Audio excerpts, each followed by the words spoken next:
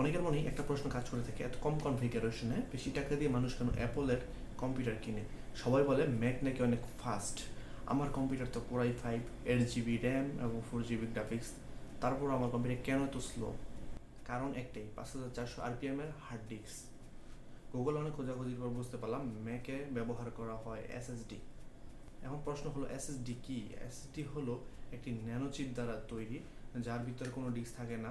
Hard ডিস্কের ভিতরে যেমন ডিস্ক থাকে, কিন্তু SSDর ভিতরে কোনো ধরনের ডিস্ক থাকে না, যার কারণে SSD আপনার অনেক ফাস্ট হয়। যেমন আপনার ফোনের মেমোরি কিংবা আপনার পেন ড্রাইভ, ঠিক তেমনই SSD।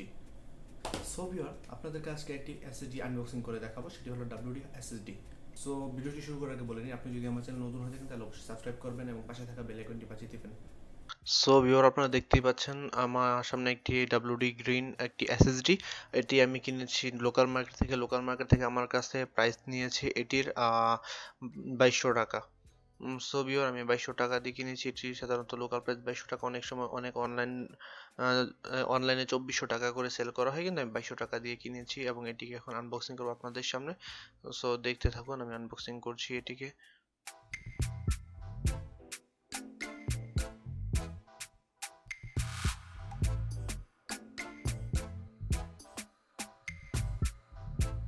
আসলে আমি যখন ভিডিওটি করেছি তখন আমার কাছে কোনো গিম্বল বা কোনো স্টেবিলাইজার কিছু ছিল না, যার কারণে আমি এক হাত দিয়ে ভিডিও ধরেছি আর এক হাত দিয়ে আনবক্সিং করেছি। তার জন্য আমি আন্তরিকভাবে দুঃখিত।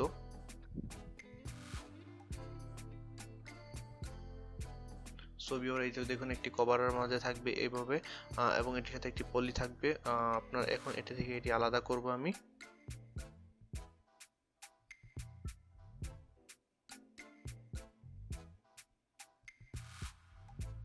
হ্যাঁ, এটি থেকে এটি আলাদা করা হয়ে গেছে। এভাবে এই পলিটি থাকবে।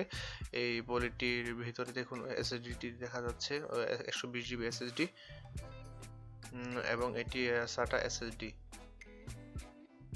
আরেকটি এসএসডি হয়, সেটি হলো M.2। কিছু সেগুলো আপনার সাধারণত ব্যবহার করে ল্যাপটপের জন্য, ল্যাপটপে বা ডেস্কটপে। আপনি যে ডেস্কটপগুলো আসে 9 জেনারেশনের, সেগুলোতে আপনার থাকে এইসব M.2 এসএসডি। সেগুলো PCI এক্সপ্রেস যে স্লট, সেই স্লটের মাধ্যমে ব্যবহার করা হয়। অনেক পিসিতে এই স্লটগুলো থাকে, অনেক পিসিতে এই স্লটগুলো থাকে না। সো যদি আপনার এই ল্যাপটপে বা পিসিতে যদি M.2 এর স্লট থাকে, তো M.2 এসএসডি ব্যবহার করতে পারেন। সেক্ষেত্রে আপনারা আরও বেশি স্পিড পাবেন, ভালো স্পিড পাবেন। সো ভিউয়ার, দেখুন আমি এটি প্যাকেট থেকে বের করা হয়ে গেছে অলরেডি। তো দেখুন এই WD গ্রিন 120 GB SSD।